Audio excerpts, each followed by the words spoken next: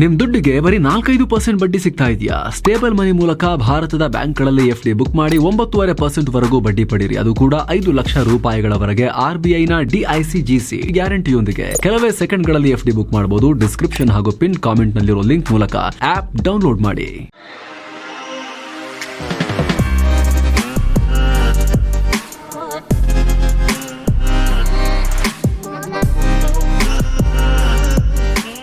Hi friends, ದಿನದ ಎಲ್ಲ ಪ್ರಮುಖ ಸುದ್ದಿಯನ್ನು ನಿಮಗೆ ತಲುಪಿಸೋ mastmaga.comನ ಫುಲ್ ನ್ಯೂಸ್ಗೆ ಸ್ವಾಗತ. ನಾನು ಅಮರ್ ಪ್ರಸಾದ್. ಉತ್ತರ ಪ್ರದೇಶದಲ್ಲಿ ನಡೀತಾ ಇರೋ ಕುಂಭಮೇಳ, 50 ಕೋಟಿಗೂ ಅಧಿಕ ಜನ ಪಾಲ್ಗೊಂಡಿರೋ ಕುಂಭಮೇಳಕ್ಕೆ ಸಂಬಂಧಪಟ್ಟ ಸ್ಫೋಟಕ ವಿಚಾರ ಹೊರಗೆ ಬರ್ತಾ ಇದೆ. ಗಂಗಾ ನದಿ ನೀರಲ್ಲಿ ಫೆಕಲ್ ಕಾಲಿಫಾರ್ಮ್ ಬ್ಯಾಕ್ಟೀರಿಯಾ ದೊಡ್ಡ ಪ್ರಮಾಣದಲ್ಲಿ ಜಾಸ್ತಿ ಆಗಿದೆ ಅಂತ central pollution control board CPCB ಅಂದರೆ ಕೇಂದ್ರ ಮಾಲಿನ್ಯ ನಿಯಂತ್ರಣ ಮಂಡಳಿ ರಿಪೋರ್ಟ್ ಕೊಟ್ಟಿದೆ. ಈ ಬ್ಯಾಕ್ಟೀರಿಯಾ ಮನುಷ್ಯರ ಮತ್ತು ಪ್ರಾಣಿಗಳ ವಿಸರ್ಜನೆಯಲ್ಲಿ ಕಂಡುಬರುತ್ತೆ. ರಿಪೋರ್ಟ್ ಪ್ರಕಾರ ಪ್ರಯಾಗ್ರಾಜ್ನ ಗಂಗಾ ನೀರು ಸ್ನಾನ ಮಾಡೋಕೆ ಯೋಗ್ಯವಾಗಿಲ್ಲ. ಕುಂಭಮೇಳದ ತ್ರಿವೇಣಿ ಸಂಗಮದಲ್ಲಿ ಸ್ನಾನ ಮಾಡೋದು ಹೆಚ್ಚಾಗಿರುವುದರಿಂದ ಈ ಬ್ಯಾಕ್ಟೀರಿಯಾ ಪ್ರಮಾಣ ಜಾಸ್ತಿಯಾಗಿದೆ. ಈ ಜಾಗದಲ್ಲಿ ಒಳಚರಂಡಿ ಸಂಸ್ಕರಣಾ ಘಟಕಗಳು ಸರಿಯಾಗಿ ಕೆಲಸ ಮಾಡ್ತಾ ಇವೆ. ಆದರೂ ಶಾಹಿ ಸ್ನಾನ ಹಾಗೂ ಇನ್ನಿತರ ಧಾರ್ಮಿಕ ಆಚರಣೆ ನಂತರ ತುಂಬಾ ಜನ ಬಂದು ಸೇರಿದ್ರಿಂದ ಈ ಮಾಲಿನ್ಯ ಇನ್ನಷ್ಟು ಜಾಸ್ತಿ ಆಗಿದೆ ಅಂತ ರಿಪೋರ್ಟ್ ಹೇಳಿದೆ. ಕುಂಭಮೇಳ ನಡೆಯೋ ಸ್ಥಳ ಮಾನಿಟರ್ ಮಾಡಿದ ನಂತರ CPCB ಈ ವರದಿ ಮಾಡಿದೆ. ಇದಕ್ಕೆ ನ್ಯಾಷನಲ್ ಗ್ರೀನ್ ಟ್ರೈಬ್ಯುನಲ್ NGT ಕೂಡ ತೀವ್ರ ಕಳವಳ ವ್ಯಕ್ತಪಡಿಸಿದೆ. ನ್ಯಾಯಾಧೀಶರಾದ ಪ್ರಕಾಶ್ ಶ್ರೀವಾಸ್ತವ ನೇತೃತ್ವದ ನ್ಯಾಯಪೀಠ Uttar Pradesh pollution control board UPPCB ಅಧಿಕಾರಿಗಳಿಗೆ ಸಮನ್ಸ್ ನೀಡಿದೆ. ಬುಧವಾರದ ಒಳಗಡೆ ವರ್ಚುವಲ್ ಆಗಿ ವಿಚಾರಣೆಗೆ ಹಾಜರಾಗುವಂತೆ ಸೂಚಿಸಿದೆ. ನದಿಯಲ್ಲಿ ಹೆಚ್ಚಾಗ್ತಿರೋ ಮಾಲಿನ್ಯ ಮಟ್ಟವನ್ನು ತಡೆಯೋಕೆ ಯಾವ ಕ್ರಮ ತೆಗೆದುಕೊಳ್ಳಲಾಗಿದೆ ಅಂತ ವಿವರಣೆ ಕೊಡಿ ಅಂತ ಅಧಿಕಾರಿಗಳಿಗೆ ಸೂಚಿಸಲಾಗಿದೆ. ಅಂದಹಾಗೆ ಈ ಫೆಕಲ್ ಕಾಲಿಫಾರ್ಮ್ ಬ್ಯಾಕ್ಟೀರಿಯಾ, ಈ ಕೊಲಿ, ಸಾಲ್ಮೊನೆಲ್ಲಾ ಇವೆಲ್ಲ ರೋಗಕಾರಕಗಳು. ಇದರಿಂದ ಗಂಭೀರ ಆರೋಗ್ಯ ಸಮಸ್ಯೆಗಳು ಉಂಟಾಗಬಹುದು. ಚರ್ಮ ಮತ್ತು ಕಣ್ಣಿನ ಸೋಂಕು ಉಂಟಾಗಬಹುದು. ಟೈಫಾಯ್ಡ್ ಮತ್ತು ಹೆಪಟೈಟಿಸ್ A ನಂತ ಗಂಭೀರ ದೀರ್ಘಕಾಲೀನ ಆರೋಗ್ಯ ಸಮಸ್ಯೆಗಳು ಕೂಡ ಉಂಟಾಗೋ ಆತಂಕ ಇರುತ್ತೆ. ರೋಗ ನಿರೋಧಕ ಶಕ್ತಿ ಕಮ್ಮಿ ಇರೋರಿಗೆ ಇನ್ನೂ ಅಪಾಯಕಾರಿ. ಹೀಗಾಗಿ ಆತಂಕ ಮನೆ ಮಾಡಿದೆ ಇಲ್ಲಿ. ಮತ್ತೊಂದು ಕಡೆ ಕುಂಭಮೇಳದ ಬಗ್ಗೆ ಪಶ್ಚಿಮ ಬಂಗಾಳದ ಮುಖ್ಯಮಂತ್ರಿ ಮಮತಾ ಬ್ಯಾನರ್ಜಿ ವಿವಾದಾಸ್ಪದ ಹೇಳಿಕೆಯನ್ನು ಕೊಟ್ಟಿದ್ದಾರೆ. ಮಹಾಕುಂಭವನ್ನು ಮೃತ್ಯು ಕುಂಭ ಅಂತ ಕರೆದಿದ್ದಾರೆ. ನನಗೆ ಮಹಾಕುಂಭ ಮತ್ತು ಗಂಗಾ ಮಾತೆ ಮೇಲೆ ಗೌರವ ಇದೆ, ಆದರೆ ಕುಂಭಮೇಳದಲ್ಲಿ ಸರಿಯಾಗಿ ಪ್ಲಾನಿಂಗ್ ಮಾಡಿಲ್ಲ. ಶ್ರೀಮಂತರು ಹಾಗೂ VIP ಗಳಿಗೆ 1 ಲಕ್ಷದವರೆಗೂ ಟೆಂಟ್ ಸೌಲಭ್ಯ ಸಿಗೋ ಸಿಸ್ಟಮ್ ಮಾಡಲಾಗಿದೆ. ಆದರೆ ಬಡವರಿಗೆ ಯಾವುದೇ ರೀತಿಯಲ್ಲೂ ಅರೇಂಜ್ಮೆಂಟ್ ಸರಿಯಾಗಿಲ್ಲ. ಮೇಳದಲ್ಲಿ ಕಾಲ್ ತುಳಿತ ಸಾಮಾನ್ಯ ಆಗಿ ಹೋಗಿದೆ. ಇದು ಕುಂಭಮೇಳನ ಮೃತ್ಯು ಕುಂಭನ ಅಂತ ಟೀಕಿಸಿದ್ದಾರೆ. ಮತ್ತೊಂದು ಕಡೆ ಕುಂಭಮೇಳಕ್ಕೆ ಬರೋ ಭಕ್ತಾದಿಗಳ ಸೇಫ್ಟಿಗೆ ಪೊಲೀಸರು ಮತ್ತಷ್ಟು ಕ್ರಮ ತಗೊಂಡಿದ್ದಾರೆ. ಫೆಬ್ರವರಿ 26ನೇ ತಾರೀಕು ನಡೆಯಲಿರೋ ಕೊನೆಯ ಪವಿತ್ರ ಸ್ನಾನಕ್ಕೆ ಪೊಲೀಸರು ತಯಾರಿ ನಡೆಸ್ತಾ ಇದ್ದಾರೆ. ಪವಿತ್ರ ಸ್ನಾನ ಸುಸೂತ್ರವಾಗಿ ಸಾಗಲಿ ಅಂತ ಎಲ್ಲ ಸೆನ್ಸಿಟಿವ್ ಏರಿಯಾಗಳಲ್ಲಿ, ಸೂಕ್ಷ್ಮ ಜಾಗಗಳಲ್ಲಿ ಪೊಲೀಸ್ ಸಿಬ್ಬಂದಿಯನ್ನು ಹಾಕಲಾಗ್ತಾ ಇದೆ. ನಾವು ಅಲರ್ಟ್ ಆಗಿದ್ದೀವಿ ಅಂತ ಮಹಾಕುಂಭದ DIG ವೈಭವ್ ಕೃಷ್ಣ ಮಾಹಿತಿ ನೀಡಿದ್ದಾರೆ. ಏನೋ ಭಾರತ ಪಾಕ್ ಗಡಿಯಲ್ಲಿ ಉದ್ವಿಗ್ನತೆ ಹೆಚ್ಚಾಗ್ತಿರೋ ಹೊತ್ತಲ್ಲಿ ಮತ್ತೊಂದು ಆಘಾತಕಾರಿ ವಿಚಾರ ಹೊರಬಿದ್ದಿದೆ. ಉಗ್ರರು ಪ್ರೆಷರ್ ಕುಕ್ಕರ್ನಲ್ಲಿ 2 ಸುಧಾರಿತ ಸ್ಫೋಟಕಗಳನ್ನು ಇಟ್ಟಿದ್ದಾರೆ. ಜಮ್ಮು ಕಾಶ್ಮೀರದ ಶೋಪಿಯಾನ್ ಮತ್ತು ಪುಲ್ವಾಮಾ ಜಿಲ್ಲೆಗಳಲ್ಲಿ ಈ ಕುಕ್ಕರ್ ಕಂಡುಬಂದಿವೆ. ಉಗ್ರರ ವಿರುದ್ಧ ಸ್ಥಳೀಯ ಪೊಲೀಸರು ಹಾಗೂ ಸೇನೆ ಜಂಟಿ ಕಾರ್ಯಾಚರಣೆ ನಡೆಸುತ್ತಿರುವಾಗ ಈ ವಿಚಾರ ಬಹಿರಂಗ ಆಯಿತು. ರಸ್ತೆ ಬದಿ ಇಟ್ಟಿದ್ದ ಈ ಸುಧಾರಿತ ಸ್ಫೋಟಕಗಳನ್ನು ಸೇನೆ ರಿಕವರ್ ಮಾಡಿಕೊಂಡಿದೆ. ಸ್ಫೋಟಕಗಳನ್ನು ನಿಷ್ಕ್ರಿಯಗೊಳಿಸಿದೆ. ಇದರ ಬೆನ್ನಲ್ಲೇ ಕಾಶ್ಮೀರದ ಉಗ್ರರ ಬಗ್ಗೆ ಆತಂಕ ಜಾಸ್ತಿಯಾಗಿದೆ. ಯಾಕಂದರೆ ಇಷ್ಟು ದಿನ ಉಗ್ರರು ಗುಂಡು, ನೆಲ ಸ್ಫೋಟಕಗಳ ಮೂಲಕ ದಾಳಿ ಮಾಡ್ತಾ ಇದ್ರು. ಈಗ ಕುಕ್ಕರನ್ನು, ಅದು ಕೂಡ ರೋಡಲ್ಲಿ ಇಟ್ಟು ಸ್ಫೋಟಕ್ಕೆ ತಯಾರಿ ನಡೆಸಿರೋದು ತೀವ್ರ ಆತಂಕಕ್ಕೆ ಕಾರಣ ಆಗಿದೆ.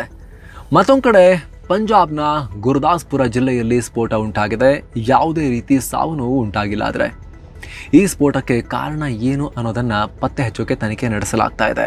ಏನೋ ಭಾರತದ ಮುಖ್ಯ ಚುನಾವಣಾ ಆಯುಕ್ತರಾಗಿ ಜ್ಞಾನೇಶ್ ಕುಮಾರ್ ಅವರ ನೇಮಕ ಆಗಿದೆ. ಇದರ ಬೆನ್ನಲ್ಲೇ ವಿಪಕ್ಷ ನಾಯಕ ರಾಹುಲ್ ಗಾಂಧಿ ಗಂಭೀರ ಆರೋಪ ಮಾಡಿದ್ದಾರೆ. ಇದು PM ನರೇಂದ್ರ ಮೋದಿ ಮತ್ತು ಅಮಿತ್ ಶಾ ಸೇರಿ ರಾತ್ರೋರಾತ್ರಿ ಫೈನಲೈಸ್ ಮಾಡಿರೋ ನಿರ್ಧಾರ.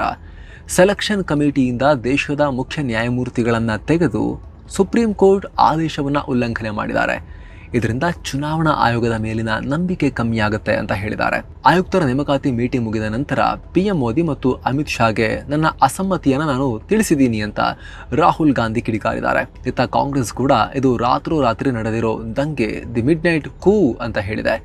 ಜ್ಞಾನೇಶ್ ಕುಮಾರ್ ಅಮಿತ್ ಶಾರ ರೈಟ್ ಹ್ಯಾಂಡ್, ಸುಪ್ರೀಂ ಕೋರ್ಟ್ ಆದೇಶದ ಸ್ಪಷ್ಟ ಉಲ್ಲಂಘನೆ ಮಾಡಲಾಗಿದೆ ಅಂತ ಹೇಳಿದ್ದಾರೆ. ಅಂದಹಾಗೆ 2023 ಮಾರ್ಚ್ನಲ್ಲಿ ಚುನಾವಣಾ ಆಯೋಗದ ಮುಖ್ಯಸ್ಥರನ್ನ ನೇಮಕ ಮಾಡೋಕೆ ಸೆಲೆಕ್ಷನ್ ಪ್ಯಾನಲ್ನಲ್ಲಿ PM, ವಿಪಕ್ಷ ನಾಯಕರು ಮತ್ತು ದೇಶದ ಮುಖ್ಯ ನ್ಯಾಯಾಧೀಶರು ಇರಬೇಕು.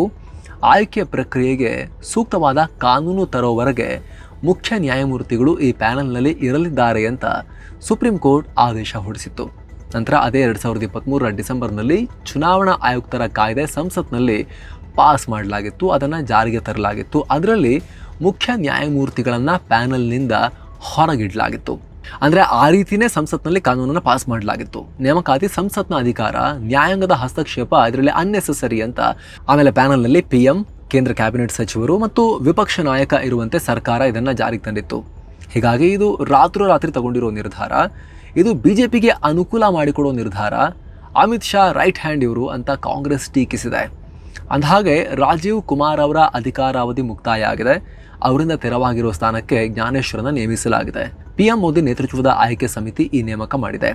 ಜ್ಞಾನೇಶ್ ಕುಮಾರ್ ಸದ್ಯ ಚುನಾವಣಾ ಆಯುಕ್ತರಾಗಿ ಕೆಲಸ ಮಾಡ್ತಾ ಇದ್ದಾರೆ. 1988ರ ಬ್ಯಾಚ್ನ ಕೇರಳ ಕೇಡರ್ನ IAS ಅಧಿಕಾರಿ. ಇವರ ಅಧಿಕಾರಾವಧಿ ಜನವರಿ 26, 2029ರವರೆಗೆ ಇರುತ್ತೆ. ಮುಖ್ಯ ಚುನಾವಣಾ ಆಯುಕ್ತರಾಗಿ ದೇಶದ್ದು. ಇನ್ನು ಜ್ಞಾನೇಶ್ ಕುಮಾರ್ ಅವರಿಂದ ತೆರವಾದ ಬರೀ ಚುನಾವಣಾ ಆಯುಕ್ತ ಸ್ಥಾನಕ್ಕೆ ವಿವೇಕ್ ಜೋಶಿ ಅವರನ್ನ ನೇಮಕ ಮಾಡಲಾಗಿದೆ. ವಿವೇಕ್ ಜೋಶಿ 1989ರ ಬ್ಯಾಚ್ನ ಹರಿಯಾಣ ಕೇಡರ್ ಅಥವಾ ಕಾಡರ್ನ IAS ಅಧಿಕಾರಿ, ಕೇಂದ್ರ ಗೃಹ ಇಲಾಖೆಯ ಮಾಜಿ ರಿಜಿಸ್ಟ್ರಾರ್ ಜನರಲ್ ಹಾಗೂ ಜನಗಣತಿ ಆಯುಕ್ತರಾಗೂ ಕೂಡ ಇವರು ಕೆಲಸವನ್ನು ಮಾಡಿದ್ದಾರೆ. ಒಡಿಶಾದ ಕಳಿಂಗ ಯೂನಿವರ್ಸಿಟಿಯಲ್ಲಿ ನೇಪಾಳ ಮೂಲದ ವಿದ್ಯಾರ್ಥಿಯೊಬ್ಬರು ಶವವಾಗಿ ಪತ್ತೆಯಾಗಿದ್ದು ಈ ವಿಚಾರ ತೀವ್ರ ಕೋಲಾಹಲಕ್ಕೆ ಕಾರಣ ಆಗ್ತಾ ಇದೆ. ಘಟನೆಗೆ ಪೊಲೀಸರು, ಒಡಿಶಾ ಸರ್ಕಾರದಿಂದ ಹಿಡಿದು ನೇಪಾಳ PM KP ಶರ್ಮಾ ಓಲಿ ತನಕ ಎಲ್ಲರೂ ಈಗ ಪ್ರತಿಕ್ರಿಯೆ ಕೊಡ್ತಾ ಇದ್ದಾರೆ. ಭಾನುವಾರ ರಾತ್ರಿ 20 ವರ್ಷದ ಪ್ರಕೃತಿ ಲಮ್ಜಾಲ್ ಅನ್ನೋ ವಿದ್ಯಾರ್ಥಿನಿ ಯೂನಿವರ್ಸಿಟಿಯ ಹಾಸ್ಟೆಲ್ ಕೊಠಡಿಯಲ್ಲಿ ಶವವಾಗಿ ಪತ್ತೆಯಾಗಿದ್ರು.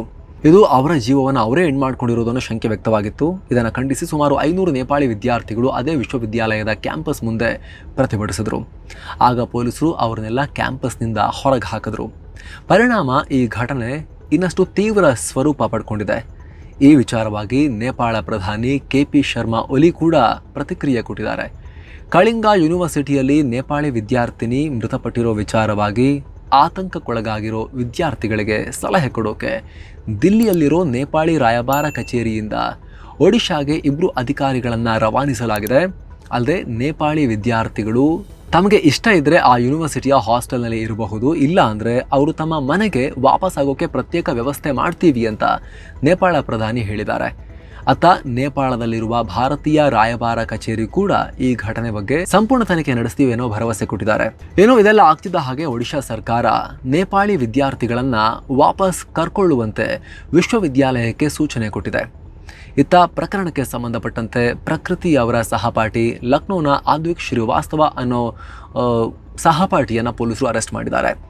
ಆಕೆಗೆ ಅದ್ವಿಕ್ ಕಿರುಕುಳ ಕೊಡ್ತಾ ಇದ್ದ ಅನ್ನೋ ಆರೋಪದ ಮೇಲೆ ಭಾರತೀಯ ನ್ಯಾಯ ಸಂಹಿತೆಯ ಸೆಕ್ಷನ್ 108 ಅಡಿಯಲ್ಲಿ ಕೇಸ್ ಆಗಿದೆ.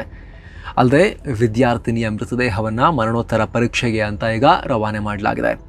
ಆಕೆಯ ಬ್ಯಾಗ್ನಲ್ಲಿದ್ದ ಲ್ಯಾಪ್ಟಾಪ್, ಮೊಬೈಲ್ ಎಲ್ಲ ವಶಪಡಿಸಿಕೊಂಡು ಈ ಬಗ್ಗೆ ತನಿಖೆ ನಡೆಸಲಾಗ್ತಾ ಇದೆ ಅಂತ ಒಡಿಶಾ ಪೊಲೀಸರು ಹೇಳಿದ್ದಾರೆ. ಏನೋ ಕಾರವಾರದ ಕದಂಬ ನೌಕಾನೆಲೆಯ ಮಾಹಿತಿ ಸೋರಿಕೆ ಆರೋಪ ಪ್ರಕರಣದ ಅಡಿಯಲ್ಲಿ ಹೈದರಾಬಾದ್ NIA ಪೊಲೀಸರು 2 ಬಂಧಿಸಿದ್ದಾರೆ. ಇವ್ರನ್ನ ಕಾರವಾರ ತಾಲೂಕಿನ ವೇತನ್ ತಾಂಡೇಲ್ ಹಾಗೂ ಅಕ್ಷಯ್ ನಾಯಕ್ ಅಂತ ಗುರುತಿಸಲಾಗಿದೆ. ಈ 2 ಸೋಷಿಯಲ್ ಮೀಡಿಯಾದಲ್ಲಿ ಪರಿಚಯ ಮಾಡಿಕೊಂಡಿದ್ದ ಪಾಕ್ನ ಏಜೆಂಟ್ಸ್ ಇವರಿಂದ ನೌಕಾಪಡೆಯ ಸೂಕ್ಷ್ಮ ಮಾಹಿತಿ ಹಾಗೂ ನೌಕಾ ಚಿತ್ರಗಳನ್ನು ಪಡಿತಾ ಇದ್ರು ಈ ದೇಶದ್ರೋಹಿಗಳ ಬಳಿಯಿಂದ ಅಂತ ಆರೋಪ ಮಾಡಲಾಗಿದೆ. ಅದಕ್ಕಾಗಿ ಅವರಿಗೆ ದುಡ್ಡು ಕೊಡಲಾಗ್ತಿತ್ತು ಅನ್ನೋ ಆರೋಪ ಸಾಬೀತಾದರೆ ಅವರು ದೇಶದ್ರೋಹಿಗಳೇ ಆಗ್ತಾರೆ. ಅಷ್ಟು ಮಾತ್ರವಲ್ಲದೆ ನೌಕಾಪಡೆಯ ಅಧಿಕಾರಿಗಳು ಹನಿ ಟ್ರ್ಯಾಪ್ಗೆ ಒಳಗಾಗಿರೋ ಸಾಧ್ಯತೆಗಳಿದ್ದು ಎಲ್ಲ ಆಯಾಮಗಳಲ್ಲೂ ಕೂಡ ತನಿಖೆ ಮಾಡ್ತಿದ್ದೀವಿ ಅಂತ NIA ಅಧಿಕಾರಿಗಳು ಹೇಳ್ತಾ ಇದ್ದಾರೆ. ಮಧ್ಯಾಹ್ನದ ಬಿಸಿಯೂಟ ಯೋಜನೆ ಅಡಿಯಲ್ಲಿ ಸರ್ಕಾರಿ ಮತ್ತು ಅನುದಾನಿತ ಶಾಲೆಗಳಲ್ಲಿ 1ರಿಂದ 10ನೇ ತರಗತಿವರೆಗೆ ಕೊಡ್ತಾ ಇದ್ದ ಚಿಕ್ಕಿ ವಿತರಣೆಯನ್ನ ರಾಜ್ಯ ಸರ್ಕಾರ ಸ್ಟಾಪ್ ಮಾಡಿದೆ. ಈ ಚಿಕ್ಕಿಯಲ್ಲಿ ಹೆಚ್ಚುವರಿ ಅನ್ಸ್ಯಾಚುರೇಟೆಡ್ ಫ್ಯಾಟ್ ಮತ್ತು ಹೆಚ್ಚಿನ ಸಕ್ಕರೆ ಅಂಶ ಇದ್ದಿದ್ದರಿಂದ ಮಕ್ಕಳ ಆರೋಗ್ಯದ ಮೇಲೆ ಪರಿಣಾಮ ಬೀರುತ್ತೆ ಅಂತ ಈ ಕ್ರಮ ಕೈಗೊಂಡಿದ್ದೀವಿ ಅಂತ ಸರ್ಕಾರ ಹೇಳಿದೆ. ಮಕ್ಕಳಿಗೆ ಈ ಸ್ವೀಟ್ ಕಡಲೆ ಮಿಠಾಯಿ, ಈ ಚಿಕ್ಕಿ ಬದಲು ಬಾಳೆಹಣ್ಣು ಮತ್ತು ಮೊಟ್ಟೆ ಕೊಡ್ತೀವಿ ಅಂತ ಸರ್ಕಾರ ಹೇಳಿದೆ. ಏನೋ ಚಿಕ್ಕಮಗಳೂರು ಜಿಲ್ಲೆ ಮುಳ್ಳಯ್ಯನಗಿರಿ ಹಾಗೂ ಸೀತಾಳಯ್ಯನಗಿರಿ ತಪ್ಪಲಿನಲ್ಲಿ ಭಾರೀ ಕಾಡ್ಗಿಚ್ಚು ಹತ್ಕೊಂಡಿದೆ. ಪರಿಣಾಮ ಬೆಂಕಿ ಹಲವು ಪ್ರದೇಶಗಳಿಗೆ ಹರಡಿ 100 ಎಕರೆ ವನ್ಯ ಸಂಪತ್ತು ನಾಶ ಆಗಿದೆ. ಅನೇಕ ಪ್ರಾಣಿಗಳು ಸುಟ್ಟು ಹೋಗಿವೆ. ಸ್ಥಳದಲ್ಲಿ ಅರಣ್ಯ ಇಲಾಖೆ ಹಾಗೂ ಅಗ್ನಿಶಾಮಕ ಪಡೆ ಬೆಂಕಿ ನಂದಿಸುವ ಪ್ರಯತ್ನವನ್ನು ಮುಂದುವರೆಸಿದ್ದಾರೆ. ಕಿಡಿಗೇಡಿಗಳು ಬೆಂಕಿ ಹಚ್ಚಿರುವುದರಿಂದ ಈ ದುರಂತ ಉಂಟಾಗಿರಬಹುದು ಅಂತ ಸ್ಥಳೀಯರು ಅನುಮಾನ ವ್ಯಕ್ತಪಡಿಸಿದ್ದಾರೆ. ಏನೋ ಬೆಂಗಳೂರಲ್ಲಿ ಬೇಸಿಗೆ ಆರಂಭಕ್ಕೂ ಮುನ್ನವೇ ನೀರಿನ ಸಮಸ್ಯೆ ಜಾಸ್ತಿ ಆಗ್ತಾ ಇದೆ.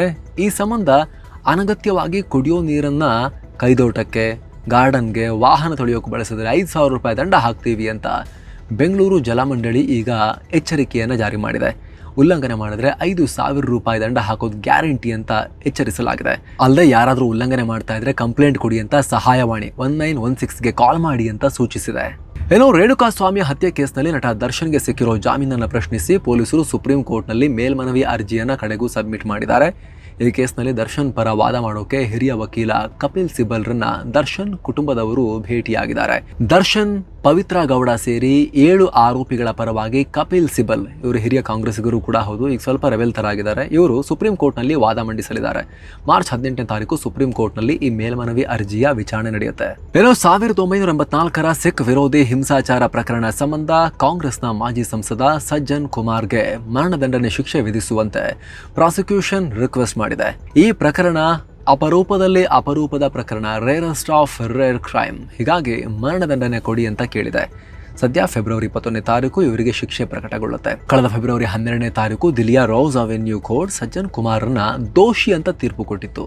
ಈಗ ಶಿಕ್ಷೆ ಪ್ರಮಾಣ ಪ್ರಕಟ ಆಗೋದು ಬಾಕಿ. ಹಿಂಸಾಚಾರ ಟೈಮ್ನಲ್ಲಿ ನವೆಂಬರ್ 1984ರಲ್ಲಿ ಜಸ್ವಂತ್ ಸಿಂಗ್ ಮತ್ತವರ ಮಗ ತರುಣ್ ದೀಪ್ ಸಿಂಗ್ ಅನ್ನೋರ ಕೊಲೆ ಮಾಡಿದ ಆರೋಪ ಈ ಸಜ್ಜನ್ ಕುಮಾರ್ ಮೇಲಿತ್ತು.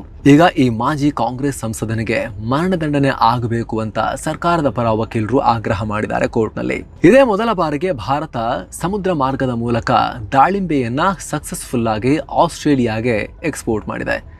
ಇದುವರೆಗೂ ಆಸ್ಟ್ರೇಲಿಯಾಗೆ ವಿಮಾನದ ಮೂಲಕ ಮಾತ್ರ ಕೃಷಿ ವಸ್ತುಗಳನ್ನು ರಫ್ತು ಮಾಡಲಾಗ್ತಾ ಇತ್ತು. ಇದರಿಂದ ಹೆಚ್ಚು ತಲುಪಿಸೋಕೆ ಇರಲಿಲ್ಲ, ಕಾಸ್ಟ್ ಕೂಡ ಜಾಸ್ತಿ ಆಗ್ತಿತ್ತು. ಈಗ 5.7 ಮೆಟ್ರಿಕ್ ಟನ್ ದಾಳಿಂಬೆಯನ್ನು ಹೊತ್ತ ಹಡಗು ಆಸ್ಟ್ರೇಲಿಯಾದ ಸಿಡ್ನಿಯನ್ನು ತಲುಪಿದೆ. ಇನ್ನೊಂದು ಹಡಗು 6.56 ಮೆಟ್ರಿಕ್ ಟನ್ ದಾಳಿಂಬೆಯನ್ನು ಹೊತ್ತು ಆಸ್ಟ್ರೇಲಿಯಾದ ಬ್ರಿಸ್ಬೇನ್ಗೆ ತಲುಪಿದೆ ಅಂತ ಸರ್ಕಾರವೇ ಮಾಹಿತಿಯನ್ನು ಕೊಟ್ಟಿದೆ. ಏನೋ ಕಾಂಗ್ರೆಸ್ ನೇತೃತ್ವದ UPA ಸರ್ಕಾರದ ಅವಧಿಯಲ್ಲಿ ಅಗಸ್ಟಾ ವೆಸ್ಟ್ಲ್ಯಾಂಡ್ VVIP ಹೆಲಿಕಾಪ್ಟರ್ ಖರೀದಿ ಹಗರಣದ ಆರೋಪಿಯಾಗಿದ್ದ ಬ್ರಿಟಿಷ್ ಪ್ರಜೆ ಕ್ರಿಶ್ಚಿಯನ್ ಮೈಕಲ್ ಜೇಮ್ಸ್ಗೆ ಸುಪ್ರೀಂ ಕೋರ್ಟ್ ಜಾಮೀನನ್ನ ಮಂಜೂರು ಮಾಡಿದೆ. ಈ ಹಗರಣದಲ್ಲಿ ಇವರು ಮಧ್ಯವರ್ತಿಯಾಗಿ ಅಕ್ರಮ ಎಸಗಿದ್ದಾರೆ ಅಂತ ಇವ್ರನ್ನ ಡಿಸೆಂಬರ್ 2018ರಲ್ಲಿ ಅರೆಸ್ಟ್ ಮಾಡಲಾಗಿತ್ತು.